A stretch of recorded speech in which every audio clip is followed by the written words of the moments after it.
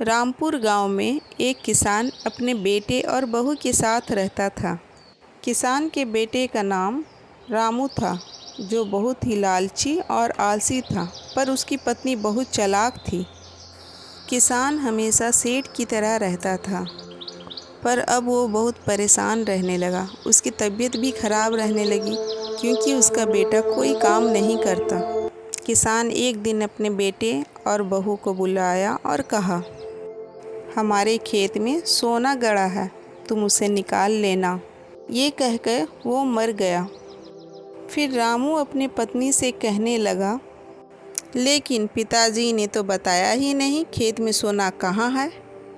अपनी पूरी खेत की खुदाई करनी होगी, तभी तो पता चलेगा सोना कहाँ है। पिताजी ने कहा है सोना खेत में गड़ा है। फिर रामू और उसकी पत्नी खेत में खुदाई करने लगे। पूरा दिन खुदाई करने के बाद रामू ने अपने पत्नी से कहा, यहाँ तो कोई सोना नहीं है। फिर रामू की पत्नी आकर बोली, लेकिन देखो जमीन तो खेती करने के लायक हो गई और कुछ समय बाद अब वर्षा भी आएगी। यही तो बीज बोने का समय है। पिताजी इसी समय खेती करते थे। फिर रामू और उसकी पत्नी पूरे खेत में मक्के के बीज बो दिए। कुछ समय बाद फसल बहुत अच्छे हुए।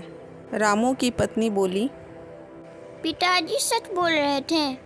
इसको देखकर तो लग रहा है कि खेतों में सोना उगे हैं। यह फसल बहुत अच्छे हुए हैं। रामू और उसकी पत्नी बहुत सारे मक्के तोड़ के एक साथ जमा कर लिए। फिर उसकी पत्नी बोली, हम बाजार जाकर इसे बेचेंगे तो हमारी आमदनी अच्छी होगी। रामू और उसकी पत्नी बाजार जाकर बेचने लगे। रामू चिल्ला चिल्लाकर बोलने लगा, ताजे और अच्छे मक्के ले लो।